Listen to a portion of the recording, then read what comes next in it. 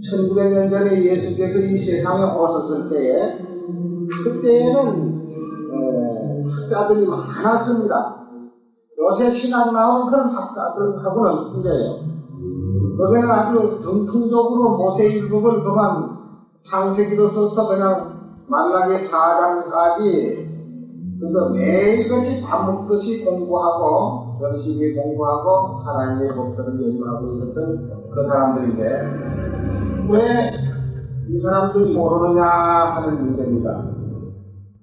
근데 아무래도 너희가 잘못했지 저 사람들이 모를 리가 없다.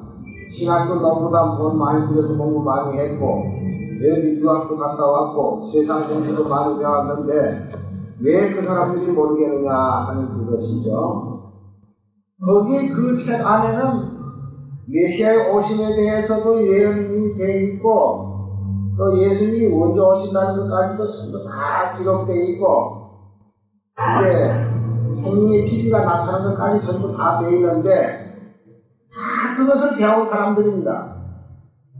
그러면 그때 사람들이 왜 예수를 받아들이지 않았느냐 그거죠. 그것이 그만 세상 지식이 하나님의 교회에서 높임을 받게 되고 세상 지식이 하나님의 진리를 그만 눌러버렸어요. 그 위에 올라섰어요.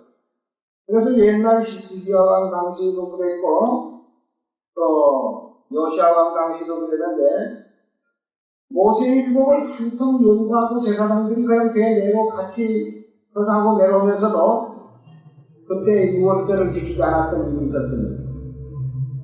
그래서 요시야 왕 당시에 그 국고금을 좀 내고 또 연금비에서 돈을 쏟아가지고 성전을 수리했어요. 전부 다 청사를 하고 해놨다 빌어놨다 하면서 전부 다 이렇게 빚지는 바람에 무엇이 하나 튀어나와내면 모세의 법책이 하나 튀어나왔던 일이 있었습니다. 이제 그것을 그 제사장들이 읽어보니까 우리가 꼭 지켜야 되겠다 하는 문제를 깨달았을 때에 요시야 왕 앞에 갖다 주면서 읽어보여 주었어요. 이 성전을 수리하다 보니까 이 책이 나왔습니다. 그러니까 이 요시야 왕 앞에서 읽고 나니까 요시야 왕이 옷을 다 찢고 그때 상당히 믿었던 일이 있었습니다.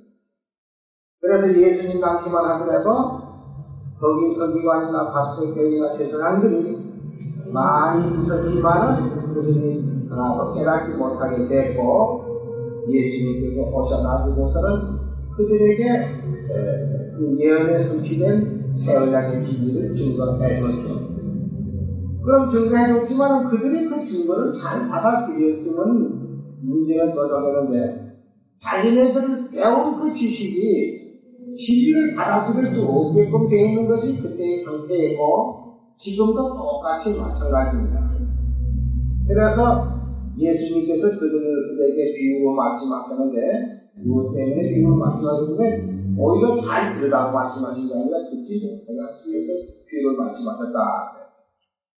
그럼 그들이 깨닫지 못하게 되는 것과 또 예수께서 비유로 말씀하시는 데 대해서 우리 하나하나 찾아서 보기로 하겠습니다. 마태복음 13장 34절에 예수께서 모든 것을 우리에게 비유로 말씀하시고 비유가 아니면 아무것도 말씀하지 아니하셨으니 이는 선자로 말씀하신 바 내가 입을 열어 비유로 말하고 창세부터 감춘 것들을 드러내리라 함을 이루려 하시니라 그랬습니다. 모든 분에게 비유로 말씀하시고 비유가 아니면 말씀을 하지 않았다. 그래서 이것은 선자로 하신 말씀에 내가 입을 열어 비유로 말하고 창세부터 감추어졌던 것을 드러내리라 함을 이루려 하시는데 창세부터 감춰졌던 것이 바로 뭐냐면 예수 그리스도십니다. 예수 그리스도는 창세부터 감춰졌던 거예요. 그때에 따라서 예수님 오셔도 세상으로서는 알 수 없게끔 되어 있는 것이 예수님입니다. 왜 비유로 말씀하냐면 13절에서부터 그러므로 내가 저에게 비유로 말하기는 저희가 보아도 보지 못하며 들어도 듣지 못하며 깨닫지도 못하니라. 그럼 예수님 왜 비유로 말씀하셨다고 했습니까? 여기 보니까 저희가 보아도 보지 못하고 들어도 듣지 못하고 깨닫지도 못하니까 그들에게 숨겼단 말입니다. 메시아오기를 간절히 사모하고 있었던 그 사람들이 막상 나타나니까 오히려 조롱하고 비웃고 핍박하고 내고 십자가에 못 박기까지 됐습니다. 예수님께서 비유로 말씀을 꼭 하셨는데 그것은 그들이 보지도 못하고 듣지도 못하고 깨닫지도 못하게 하십니다. 그러면 이 사람들이 왜 깨닫지 못하게 됐을까? 14절에 보면 이사야의 예언이 저에게 이루어나니 이것을 때 너희가 듣기는 들어 깨닫지 못할 것이요 듣기는 보아도 알지 못하리라. 이 백성들의 마음이 완악해져서 듣기는 듣기에 둔하고 눈은 감았으니 이는 눈으로 보고 귀로 듣고 마음으로 깨달아 돌이켜 내게 고침을 받을까 두려워함이라 하였느니라. 그러나 너희 눈은 보고 너희 귀는 들음으로 보기도다. 내가 진실로 너희에게 이르노니 많은 선자와 의인이 너희 보는 것들을 보고자 하여도 보지 못하였고 너희 듣는 것들을 듣고자 하여도 듣지 못하였느니라. 이걸 어떻게 들어야 바로 듣느냐? 왜 비유로 말해서 듣지 못하게 했을까? 이런 문제들이 이것이 큰 문제가 되어 있습니다. 그러면 왜 그랬는가? 이 비유로 저희가 듣지 못하게 하신 분이 누구냐? 10절에 보면 제자들이 예수께 나와 가로되 어찌하여 저에게 비유로 말씀하시나이까? 대답하여 가라사대 천국의 비밀을 아는 것은 너에게는 허락되었으나 저에게는 아니 되었나니 그랬어요. 그럼 저에게가 누구였습니까? 그 당시에 성경 박사들이, 그 당시에 학자들이죠. 성경을 많이 연구하고 자기들만이 성경을 가질 수 있고 성경을 가지고 예언할 수 있는 독특한 권리를 가지고 있는 그 사람들이었죠. 그 사람들에게는 허락되지 않았다. 너에게는. 그러니까 오히려 예수님의 제자들은 비유로 말해도 알아들을 수 있게 있고 그 당시에 가장 학자들이라고 하는 그들에게는 이것을 도저히 알 수 없도록 되어 있는 것입니다. 자, 그러면 이 말씀에 대해서 아까 14절에 있는 이사야의 예언이 저에게 이루어나게 했는데 그럼 이사야 29장 11절에서 한번 보겠습니다. 아마 이런 문제들을 잘 알면은 옛날에 있었던 일도 대략 진단이 갈 때고 오늘날에도 반드시 이렇게 돼야 되겠구나 하는 것이 예언 성취되는 것을 알 수 있을 겁니다. 그러므로 모든 묵시가 너희에게 마치 봉한 책의 말이다. 여기 모든 묵시라는 것은 무엇을 말하는 말이죠? 구역성경 대목의후서 3장 16절에 볼 것이면 모든 묵시는 모든 성경이라고 했습니다. 성경은 하나님이 선자의 입을 통해서 묵시로 보여줘서 우리에게 나타나는 것입니다. 그러면 그 모든 묵시라는 것부터 먼저 말고 들어갑시다. 디모데후서 3장 16절 모든 성경은 하나님의 감동으로 된 것으로 구역성경에는 하나님의 묵시로 된 것으로 이래서 묵시 그건 감동으로 됐단 말이나 묵시로 됐단 말이에요.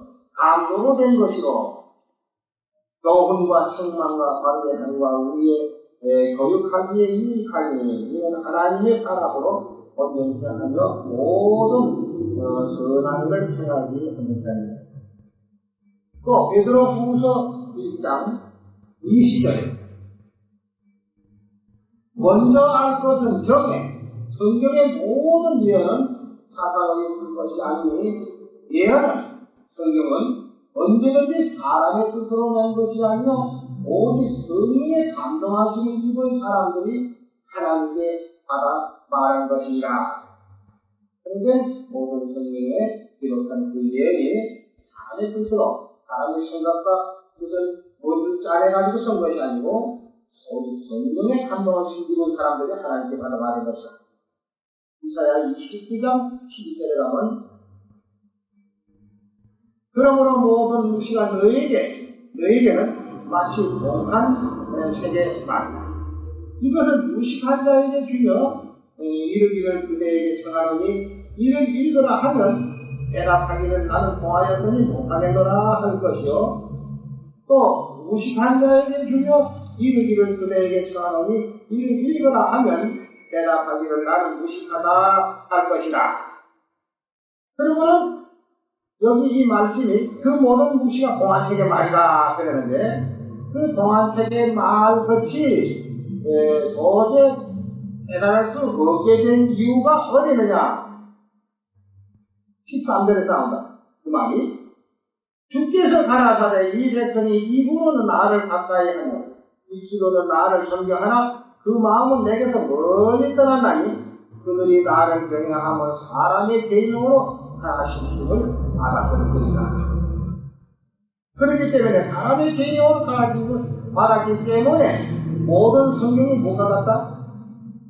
동안책에만 나갔다 이거지. 이건 유식무식이 없어요. 유식한 사람이 주니까 뭐 아는 체가 이거 동했으니까 난 모르겠다. 또 무식하면 난 무식하는 게 모른다. 결국 그렇게 되는 그 결과가 뭐 때문입니까? 뭐 때문에 그래요? 사람의 계명. 예, 사람의 계명. 이거 보면 정말 간단하지 않아요. 왜 성경이 동안책의 말이 되느냐 하면은 사람의 계명을 가지고 짓기 때문에 아무리 성경을 수백 독을 통독을 하고 신학에서 만날 이렇게 저렇게 공부를 했다고 해봤던들 이 성경은 그 사람들에게 동안책의 말이에요. 그러니까 오늘날 신학에서나 저런 데서 배운 사람들이 하나님의 계명만 지킨다면 그렇지 않죠. 하지만 하나님의 계명을 지키지 않기 때문에 그 모든 글이 동안책의 말이에요. 알 수가 없어요. 그래서 집사들 그러므로 내가 이 백성 중에 귀한 일, 또 귀하고 가장 귀한 일을 다시 행하니 그들 중에 지혜자의 지혜를 없이 하고 불능자의 주를 가리라. 어떻게 하면 사람의 계명을 지키기 때문에 깜빡하면 답이 여기 다 나오는 거예요. 사람의 계명을 지키는 사람이 되기 때문에 하나님께서 지혜와 총명을 베풀었고 또 지혜와 총명을 베풀으니까 성경이 뭐가 같다? 동안책에만 베풀어받았어요. 이건 뭐 틀림없는 사실 아닙니까? 그래서 예수님께서도 그들에게 비유를 말씀하셨다. 비유가 바로 그 양으로는 이 묵시를 보는 것이 되죠. 그래서 다니엘서도 묵시가 들어가 있고 요한계시록에도 묵시가 들어가 있기 때문에 그것은 저희가 아무리 안다고 들어봤던 동안책의 말이 되고 많은 것입니다.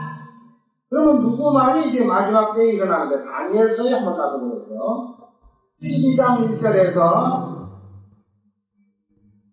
그때 내 민족을 호위할 대군 미가엘이 일어날 것이요 또 환난이 이스라엘이 이런 대군 이내로 이때까지 없었던 환난일 것이며 그때 내 백성 중에 문책에 기록된 모든 자가 구원을 얻을 것이라.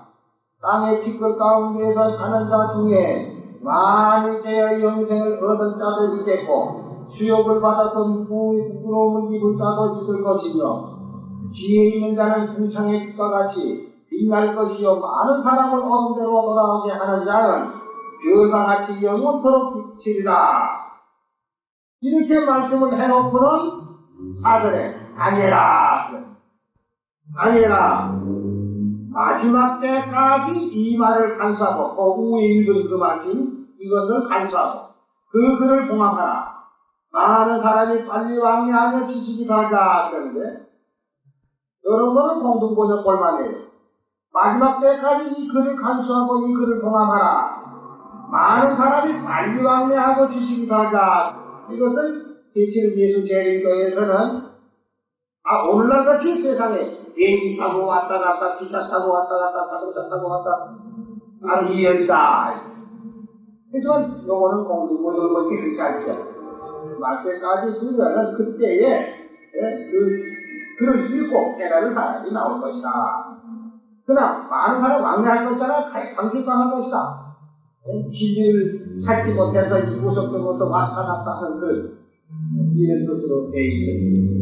7절에서 내가 들은 그 세마포 옷을 입고 강물 위에 있는 자가 그 좌우선을 들어 하늘을 향하여 영생하는 일을 강청해서야 가로되 반드시 한 때, 두 때, 반때를 지내서 성도의 권세가 다 빼어지기까지니 이렇게 되면 이 모든 일이 다 끝나리라 하더라.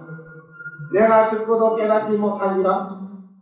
내가 가로되 내 주여 이 모든 일의 결국이 어떻게 되겠사옵나이까?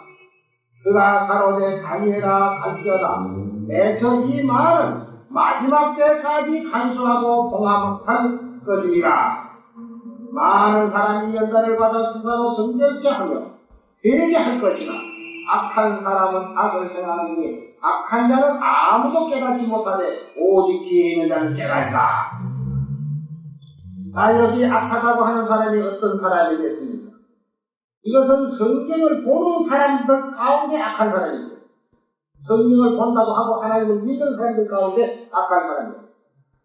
또 이렇게 말하면 성경 믿는 사람이 뭐 악한 사람이 있을까봐 이렇게 하지만 이것은 무슨 악이냐 하면요, 아까 사람의 계명을 지키는 자에게는 모든 무시가 뭐가 된다? 공안책에 말라갔다고 했고, 왜 공안책에 말라가느냐? 그들의 지혜와 충을 빼앗겼습니다. 그런데 여기 악한 사람이 누군가 하는 것을 그 악한 사람 한 번 더 찾아보도록 하겠습니다. 느헤미야 13장 17절에 가서 보겠습니다. 내가 이게 모든 뒤를 부시죠. 이르기를 너희가 어찌하여 이 악을 행하여 안식일을 범하느냐. 너희가 어찌하여 악을 행하여 안식일을 범하느냐.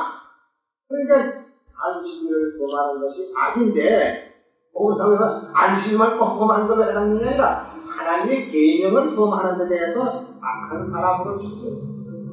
그래서 이걸 이렇게 골라가지고 이거 좁으시는 거 아니냐 이렇게 생각을 했는데 그렇지 않습니다. 이사야 56장 1절에서 보면은 이사야 선자는 이 세상 종말까지에 대한 예언을 잘했습니다. 그럼 이게 어떤 사람들이 악한 사람들인가 한번 봅시다. 1절이요. 여호와께서 이같이 말씀하시되 너희는 공평을 지키며 의를 행하라. 나의 구원이 가까이 왔고 나의 의가 쉬이 나타났을 것이라 하서 쓴즉 안식일을 지켜 더럽히지 아니하며 그 손을 금하여 모든 악을 행치 아니하여야 하나니. 그 손을 금하여 모든 악을 행치 아니하여. 그럼 손 금하여 악을 행치한다는 말은 그럼 뭐 손 금하면 뭐 도둑질이랑 강도질해서 악이 아니라 일하는 악이다 그 말이에요. 쉽게 말합니다. 안식일을 지켜 더럽히지 아니하며 그 손을 금하여 모든 악을 행치 아니하여야 하나니 이같이 행하는 사람은 이같이 굿이 잡는 인생은 복이 있느니라. 여호와께 연합한 이방인은 여호와께서 나를 그의 백성 중에서 반드시 갈라내신다 말하지 아니하며 고자도 나는 마른 나무라 말하지 말라.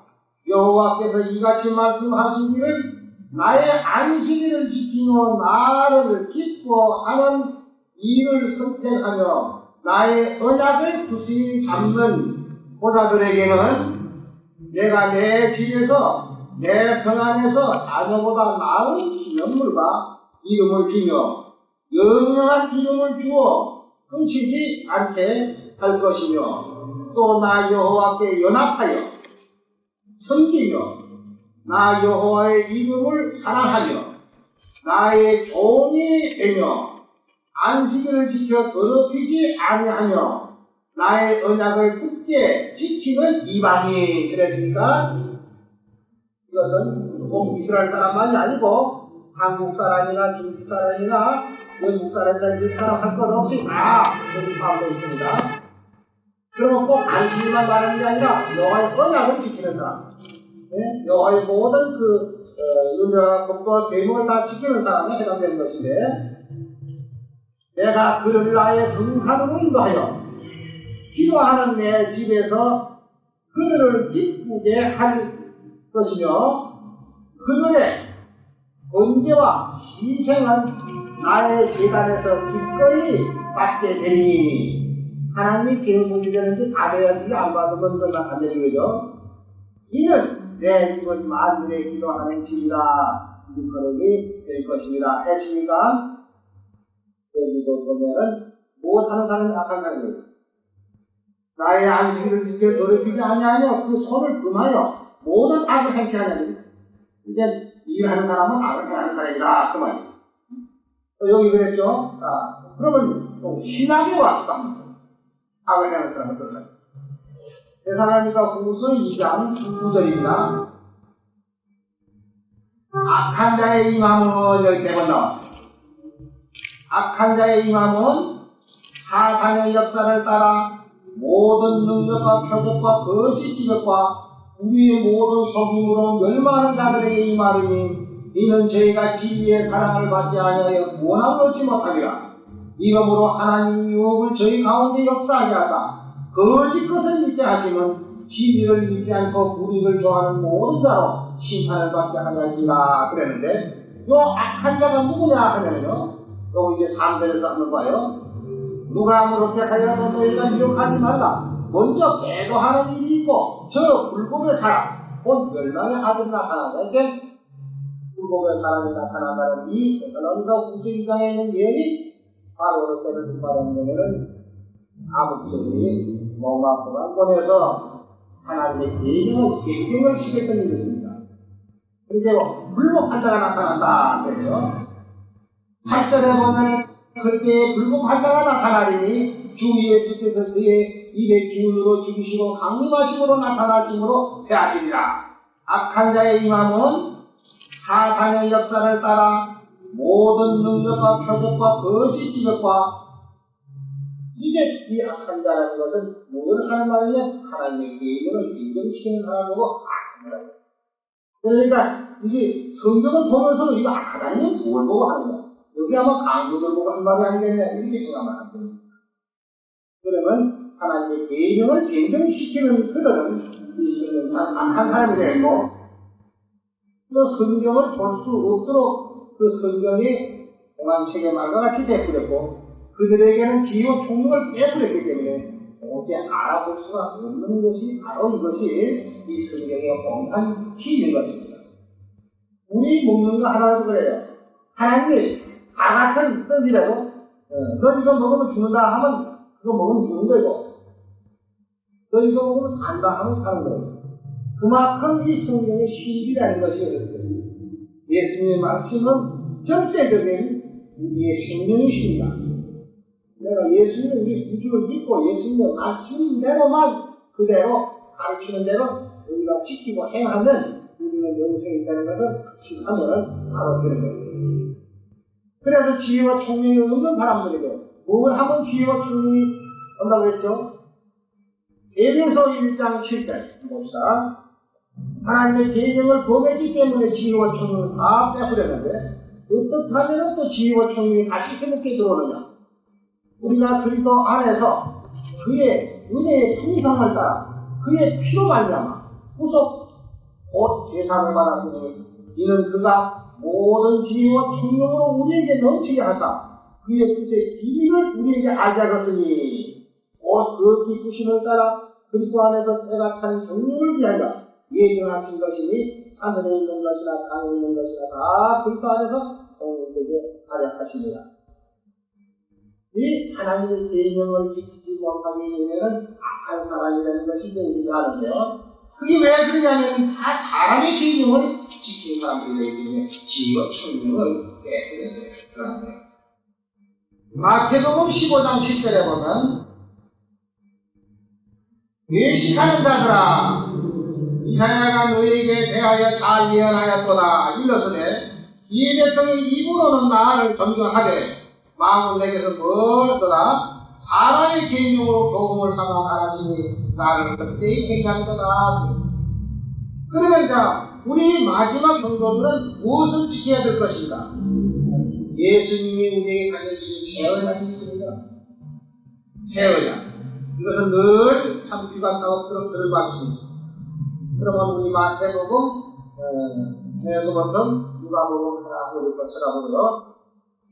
마태복음 26장 17절에 보면 무교절 첫날에 제자들이 예수께 나와 가로되 6월절 잡수시기를 어디서 예비하기를 원하시나이까 그랬죠. 그래서 가서 예수님이 시키신다는 6월절을 예비했습니다. 27절에 보면 또 잔을 가져 사례하시고 저에게 주시며 가라사대 너희가 다 이것을 마시라. 이것은 죄사함을 얻게 하려고 많은 사람을 위하여 흘리는 바 나의 피, 곧 언약의 피라 말씀했고, 이제 누가복음에도 역시 똑같은 말씀 22장 19절에 또 떡을 가져 사례하시고 떼어 저에게 주시며 가라사대 이것을 너희를 위하여 주는 내 몸이라. 2월절 성만찬 예식죠. 7절에서 보면 저는 먹은 후에 잔도 이와 같이 하여 가라사대 이 잔은 내 피로 세운 새 언약이니 곧 너희를 위하여 주는 것이니라. 그래서 너희는 이것을 행하여 나를 기념하라 하시고 여기서 새 언약으로 우리에게 주셨습니다. 바로 사람의 계명과 하나님의 계명, 예수님이 우리에게 주신 계명은 하나님의 계명입니다. 새 언약입니다. 구약에서는 모세율법이 하나님의 계명이지만 모세율법은 예수님이 오셔가지고 헌법을 개정했기 때문에 신약에 와서는 예수님이 우리에게 가르쳐주신 것이 이제 새 계명, 하나님의 계명이 되겠습니다.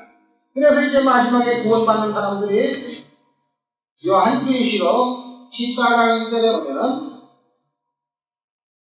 또 내가 보니 보라 어린 양이 시온산에 섰고 그와 함께 십자만 4천이 섰는데 그 이마에 어린 양의 이름과 그 아버지 이름 쓴 것이 있도다. 12절에 가서 보면 성도들의 인내가 여기 있나니 저희는 하나님의 계명과 예수의 믿음을 지킨 자라. 반드시 하나님의 계명이 끝납니다. 마지막 성도들이 지금 영으로 도구로 대항해서 싸워나가는 것은 사람의 계명하고 하나님의 계명하고 지금 대항이 되어 있는데 12장 17절에 보면 용이 여자에게 분노하여 돌아가서 그 여자의 남은 자손 곧 하나님의 계명을 지키며 예수의 증거를 가진 자들로 더불어 싸우려고 바다 모래에 섰더라. 그 바다 모래라는 것은 거짓 사람의 계명을 지키는 바다의 모래수와 같지만 그 물 위에 섰다. 그럼 우리는 이제 싸움은 누구하고 싸우는 것이냐? 용하고 싸우는데 바로 용이 어디 올라섰느냐면 거짓 교회들 바다 모래수와 같이 많은 그 물이 위에 서서 있어요. 그러니까 싸움은 바로 사람의 계명을 지키는 무리하고 하나님의 계명을 지키는 무리하고 제2의 싸움이 되는 것입니다. 그래서 우리가 아무리 약하게 보이지만 우리는 하나님이 함께 계십니다. 여기 좀 더 나가보면 모래수와 같이 많은 무리가 있고 남은 무리 저 숫자가 있습니다. 언제든지 많은 무리는 사람의 계명을 지키는 무리들이고 남은 백성은 하나님의 계명을 지키는 무리. 결국 그때 가서는 누가 구원을 받는 것인가? 로마서 9장은 하나만 더 보고 말겠습니다. 로마서 9장 27절